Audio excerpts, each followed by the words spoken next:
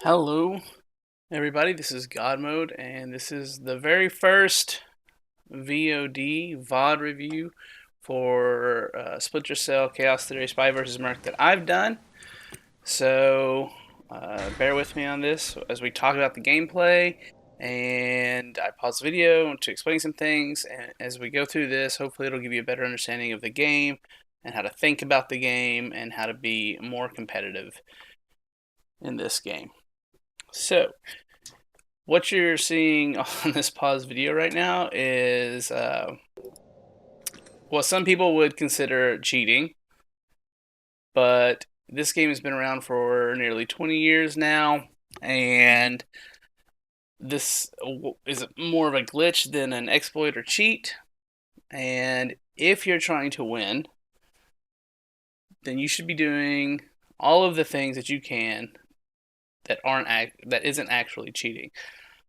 In this game, you'll see mines like that get clipped into the textures or specific places where they probably shouldn't be. And to play at the highest level, that is a thing you have to understand. Whether or not you use this mine is your choice, but you should at least be aware that these things happen so you can try to dodge them on your spy round. So what I did was place a, let's see if I can rewind just a little bit. I don't know.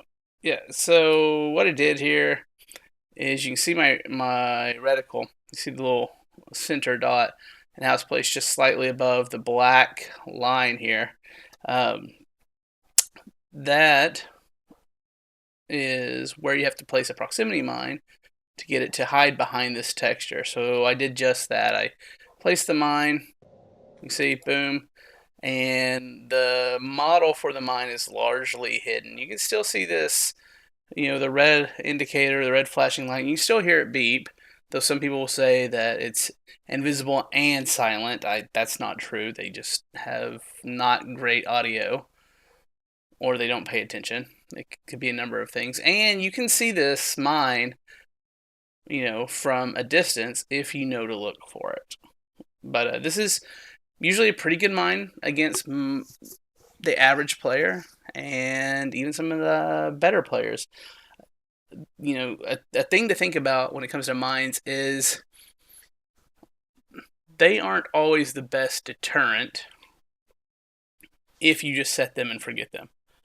But if you place mines with the intent of using additional pressure to herd a spy or influence a spy to carelessly get in the vicinity of that mine, you'll probably have better success.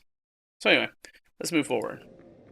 Place that. So I spawned in Greek, which means I think I might have been host on this session. And you can see, oh, here's another mine, right? Like this isn't really an exploit, but it's hard to see. I'm hosting, spawned in Greek as Merc. I think I'm checking my settings here because something felt weird. What I do, I don't know. Doesn't matter. I'm probably gonna edit that out. Um, and so I set some mines in the path of the objective, not at the objective. That is a thing that I think a lot of new players do wrong. Old players that have been playing this game again for nearly 20 years typically don't die to mines that are placed on the objective. Oh, we got a little engagement here. Who is this? Flashbang. Flashbangs can be inconsistent. You notice that one did absolutely nothing to me. Notice in the top right hand corner there, my mini map tracking the disc carrier. Which, if you're new to this game and you're just learning it, you have to understand that if you're not slow walking with the disc, right? If you're not doing the very slow crouched walk, that you have to toggle, you're going to show up when you move with the disc. So it's really important that you remember that. It's out here. So what I'm doing here, I'll pause this for a second, is trying to stop the other spy that doesn't have the disc from having a free objective here in Greek. So the disc is an awesome objective to take. I think a lot of players don't put enough priority on the discs when they're available. That happens in Polar Base, for example. But aside from it just being an awesome objective to take, it's a really great way to distract mercenaries. not all mercenaries will, teams will be able to deal with a distraction and guard a different objective, right? So what I'm trying to do here is be conscious of the idea of that the non-disc carrier might be coming into Greek here to try to hack this objective. They might be trying to just come through Greek to get to pirate to clear mines so that the disc runner can come through Greek safely and try to get to pirate to drop it off. You know, there we want to make sure that there's not a spy just sitting over here waiting for the disc carrier to draw me up into pirate so that they can get a free Greek. So it's always good to remember that you don't have to overchase discs, and as good as a disc grab can be to distract the mercenary team, um, there is a downfall to that. So you just have to be aware that when you have the disc and you're making a run for it, everybody knows where you are. Just kind of checking out here. Also, let me pause again. A lot of people, not a lot of people, there's definitely a conversation between the SMG or Uzi as we call it and the AR, and when is it right to bring one or the other? And flatly, on PC with mouse and keyboard, the AR is the best weapon. It's not always the most fun, but it is the best weapon. And that's why you see it taken on nearly all of the maps by most players. I like to bring the SMG on certain maps, and usually people will say like Aquarius or a museum or these other kind of like smaller maps. The SMG is really great. It just really depends on my mood, but you should ultimately play with what you enjoy and what gets you results. So I have the AR on this map, which allows me to watch down the hall. As you see me, look into C tunnel to look out, see if there are any spies coming through there. Maybe I catch them off guard and I get a headshot or I get a one-shot kill, and it just stops their momentum right there. So that's just something to think about. What are we doing here? Rotating, looking around, standing still as a mercenary is terrible. You can't just stand there all the time. You can't always be reactive. Oh, there we go. We're scoping. We're looking. Not going to see anything, but that's okay. Now we see that the spy with the disc is up in the spy spawn. For new players, when that orange dot, that orange indicator turns into a triangle, that means that they're not on the same level as me. So they're either above me or below me. So I'm still just kind of hanging out in Greek. The map indicated that they were maybe on my side of the map, but above me. And, logically, there are only a couple of places that spy can come from. So here we go, taking a look. See, this is why the AR is favored a lot, because I get to apply pressure from across this room, like real kill pressure. Taking a look. Yeah, so this is, a lot of players will say this is boring. This is the boring part about Mercenary, and I can see that. They're largely right. Hacking in progress. There are only a couple places on this map that they could be hacking a panel that would give us that alert. So you see my partner headed out to one of them. The other one I know is useless because they've already taken the disc from that area. So it's maybe just a distraction. So, but here we are, just kind of patrolling my space, my area. It is really important, and I think a thing that newer players don't realize, it is important to not get too far out of your space, right? And what that means is when you spawn or when you communicate with your partner, you are largely responsible for a portion of the map kind of by yourself. That's why we have mines and all these lethal weapons. So if you spawn in Greek like I did, then kind of by default, I know that I'm responsible for Greek. And I'm also responsible for covering pirate because I have quick access and elevated access to the objective, and I can see it from an angle, and I can snipe it, I can throw grenades at it, I can just shoot at it and apply enough pressure to make a spy leave the objective. So Morello, a person that I play with somewhat regularly, calls it flower picking or rose sniffing. I forget, he's Canadian. But that's when you're just kind of roaming around aimlessly and you're not guarding your area. So you have to be careful not to do that. If I'm not super locked in or we're playing against players that I don't super respect, and I'm guilty of it, and I think everybody does. You can't let boredom get the best of you. There we are, just kind of supporting my partner. Oh, he got tased, so I know somebody's fighting. See, that's the panel. There's a drop off there. With the AR, I can see it. Take a look at it. Nothing there, just a tase. And back to my area. Oh, see, I got slapped with a cam. That's a lot. There are a lot of players that don't fully utilize pre-placed sticky cameras, and that is a mistake, I think, right? Because you can't really always fight a mercenary heads up and come out on top, especially if you have a disc, right? And they know where you are. So you have to start thinking ahead. You can't just be reactionary constantly. When you use equipment like a spy bullet or heartbeat and you have a good idea where they are, or you are able to just kind of know the player that you're playing against, or spend some time observing how they play mercenary in that area, you can start to kind of predict, or maybe not predict, but prepare for what might happen. And in this particular case, you know, they are likely communicating, the spy team, and they know that I went through tech and that I'm hanging out near Greek. So if they have a camera in there waiting and they are off just doing whatever else they need to do, when one of the spies calls out that a mercenary went through tech, they can look at that camera, and one, see if I'm there, and then communicate that, and two, maybe put me to sleep in a area that keeps me from stopping them from taking an objective. And I think that's what happens here. We'll watch the rest of the video and see if they capitalize, but just let that be kind of like a thing to think about. Use pre-placed cameras. You don't have to sit there and watch it the entire time. If you have spy bullet, you can put a spy bullet near your camera or on a mercenary and just kind of take a mental note of where your camera is. You can create a huge opportunity for you and your partner to take an objective relatively freely if you use the camera correctly. So I'm asleep. No, whatever. 4 seconds. It happens. I'm telling my partner, oh, I'm asleep in tech room. And look at this. So that's like, look how much pressure they're exerting right now from that one camera. There's a bomb. They went to Greek. Got some time. And I'm asleep again because I'm worried about stopping the Greek hack. Right?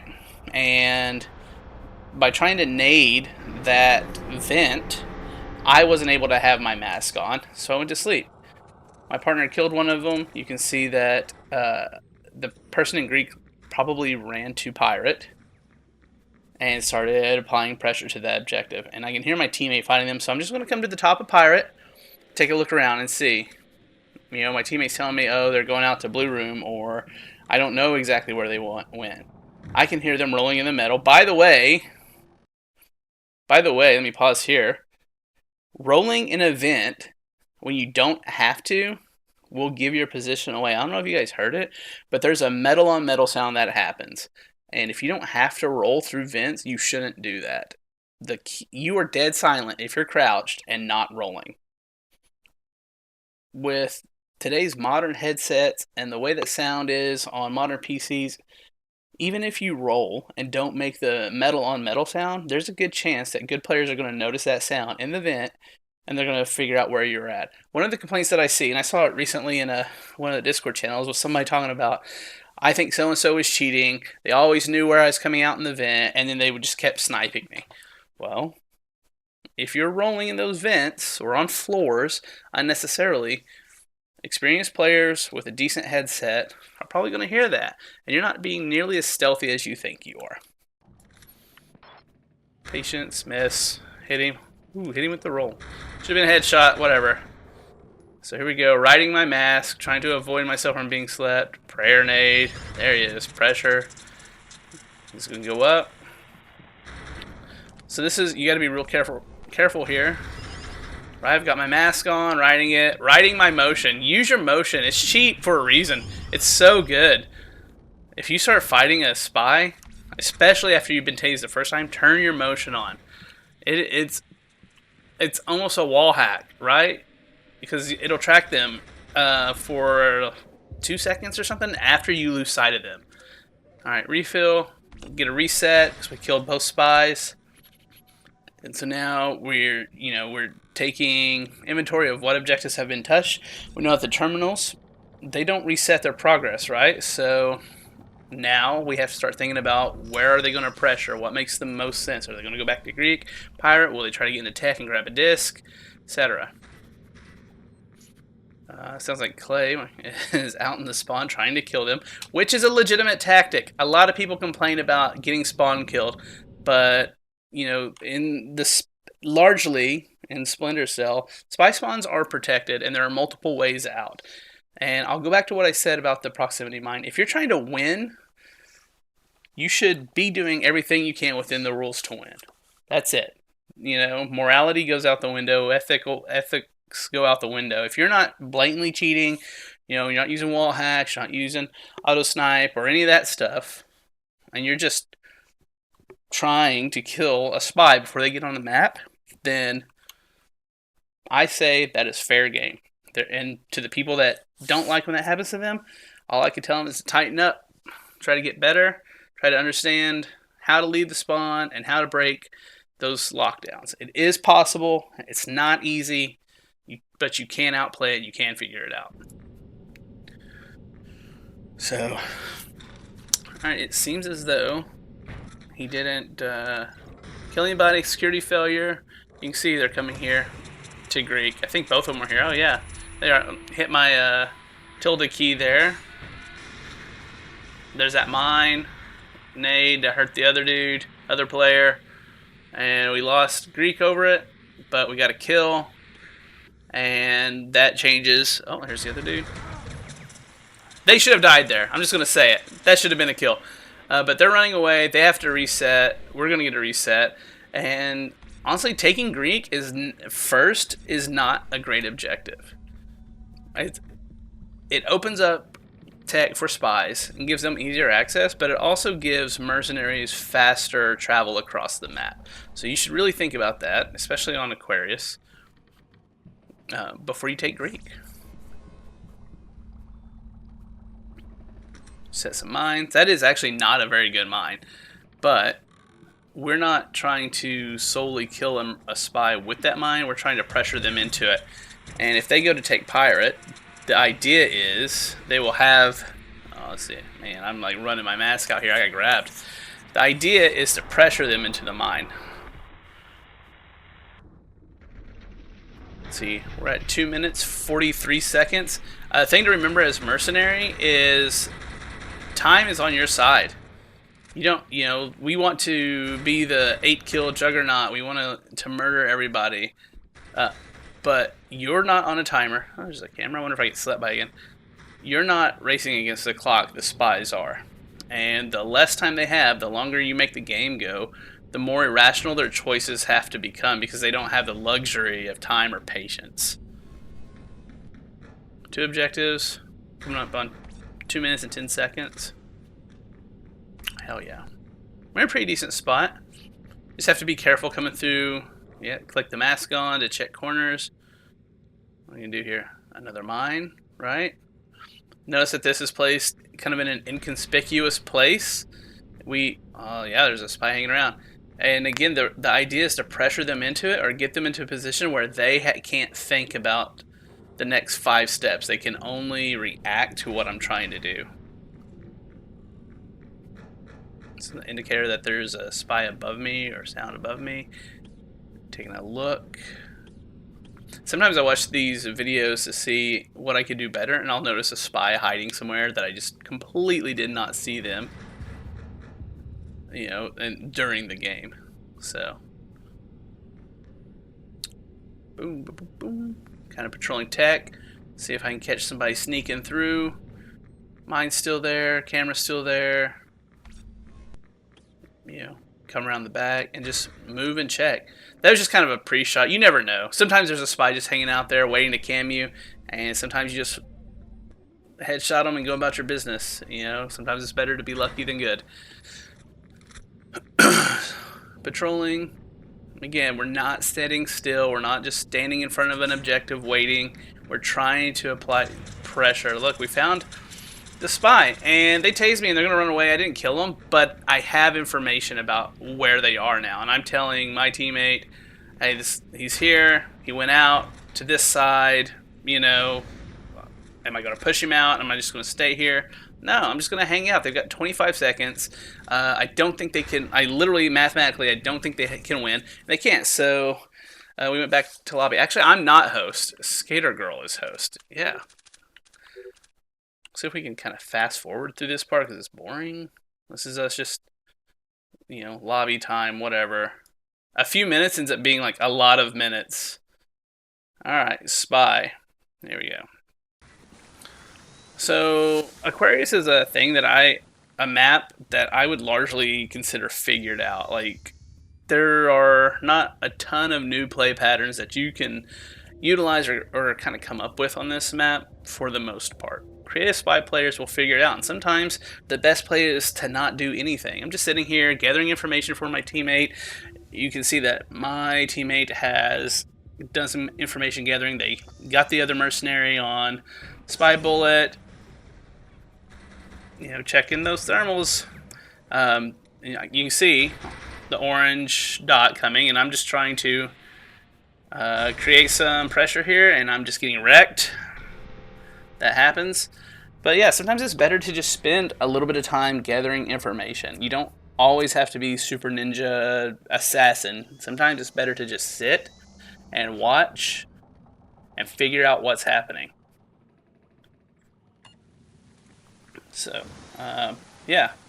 So my teammate is in pirate, and I know that there's pressure there. And if I want to try to help my teammate out, then what I need to do is gather some information and see where I can apply pressure safely. And so it makes sense to go to tech instead of bomb, because that's going to force at least somebody to reply. Oh, there's a poison mine here, chaff that. Be creative with how you use your mines. Sometimes you need to bounce them off of something to chaff the thing, right? And here I'm at least opening the aquarium. This guy's coming. I think I get sandwiched here. Yeah, this is not a good spot to be in. Oh, actually, look, I get out. Oh, I'm so good. Anyway, but notice that we've got them both on spy bullet, and so tase and run, tase and run. We know where they're at, and as much as this is an action game, or as much as this is an objective game, it's also kind of an information game, right? And that's where like thinking about the game comes in. You can only be so good mechanically.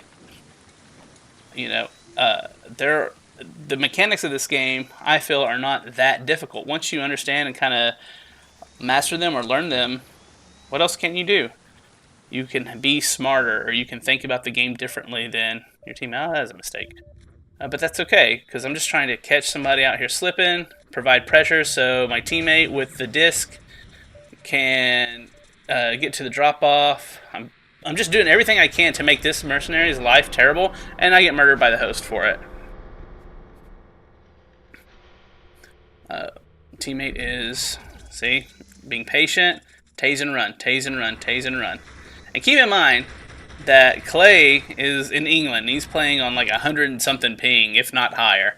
And he's still one of the best players in the game. So that kind of goes back to the point that mechanically, you can only be so good. Oh, you love to see a team kill. Like an unforced error is so good. I got both these. I think I die, but I take Greek here.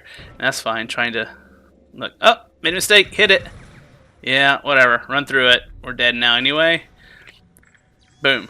So Clay with a disc in a 2v1 on high ping was still able to exert enough pressure to draw both of those mercenaries out of position and give up Greek. And it's our second objective of the game. You can see that we only need one more and we have 6 minutes left.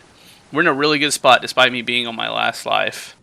The key now is for me to play like not an idiot and to stay alive and be useful. Whoop. With a game like Splinter Cell, especially this version of it, Chaos Series Spy versus Merc, I'm going to talk about mechanics again. Sometimes the game just doesn't make sense. You're doing the things right, and what you think should work just does not work. So that's why we talk about like or I'm talking a little bit at least about game intelligence and information. The team we're playing against, one of the players, Skater Boy, who has a different name that they play under, is notorious for using CamNet. I personally hate that gadget. It's so good at information gathering, and I don't know that there's just a ton of counterplay all the time. I think I die here. Yeah, yeah, I do. I totally die here because I'm an idiot. I should have just ran away. Um, but it's too good. It's so good. So if you're trying, to be the best you can, consider using Spynet. Information is so important in this game. So here I'm just kind of like watching Clay. Of course, we're in Discord like everybody else, so I'm able to feed him information. But I will say this, and this is, I think, true for a lot of people. Just because you can give information to your teammate or talk to them when you're dead doesn't mean you should necessarily be doing that. Some of the players that I play with, like GI Ho, for those who don't know him as just GI or whatever, prefer if you're kind of quiet, right? Because if you're talking, they're having a hard time hearing footsteps, they're having a hard time hearing mines, they're having a hard time just kind of focusing and trying to do the thing that they need to do. And I will say, when you're playing against higher level players, which is weird to say because there aren't just like a ton of players still playing this game, when you get in a situation typically like this where it's a 2v1, then it is polite and somewhat expected to ask for a lobby, right? But there are players and situations where you can clutch it. I've got a video that I'll review at some point, I think, unless I deleted it, where Morello, another higher level player, is in a really bad spot and I think has a super low chance of actually winning the game statistically, and absolutely clutches it on still squat, right? And sometimes you can just outplay your opponents, like you just that way. See, there's that pre-placed cam that we talk about, right? We know that a mercenary just killed themselves. They needed more equipment. And there's Clay. He tried to use his camera. It didn't work. So tase and run away. Go back to that camera. Take a look. I think he got somebody. He went fishing.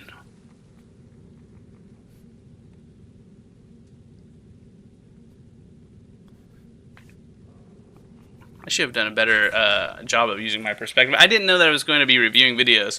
This was kind of a relatively new idea for me. So yeah, I think we actually lose this one. But it's okay because we're still learning some about this. I like to watch this and figure out what could I have done better. I could have ran away more, and that seems, like a coward way to play. But staying alive is more important than doing something cool, and I should have really followed that kind of rule earlier. We've got about a minute and 40 seconds left in this video, so either Clay clutches this or he dies and we lose. We got 2 minutes there. Yeah. I'm not sure what he does. He set bomb and take pirate, or does he just sneak into pirate and take it out from underneath their noses? Either one wouldn't surprise me. So this is, pardon the language, but a lot of times you'll hear people call this pussy vent because it really is just for hiding out. It's not particularly quick when going from pirate to Greek, but it's also, you can't die in this vent if you are patient. You just hide out there. So stall vent, pussy vent, whatever. Those are the call outs that you should learn and know because it's common and it's useful. You can hear the camnet that they're cycling through over and over and over. And Skater Boy is, that's a good cam. Skater Boy is just cycling it over and over and over, trying to get info. Clay's in a bad spot here. Go back to the stall vent. Yeah, look. Yeah, I think he's out of time now, so not sure if they kill him or we run out of time, but yeah, both of them are there. Nope, headshot. And that's it. So you can see a little bit of hopefully the thinking process, and we're able to learn some new information by watching this video and hearing me kind of talk about it. There are a whole bunch of concepts and things to talk about and think about, and honestly, game theory when it comes to this game sounds super nerdy, and it is, but it's also one of my favorite things to do is think about and talk about with other higher level players. If you found this video useful, or if you know, think that it helps you improve your game, give me a shout out. Let me know. I'm in a bunch of different Discords. Obviously, my gamer tag on here is God Mode, and I look forward to hearing from you. Thanks for watching. I'll talk to you later.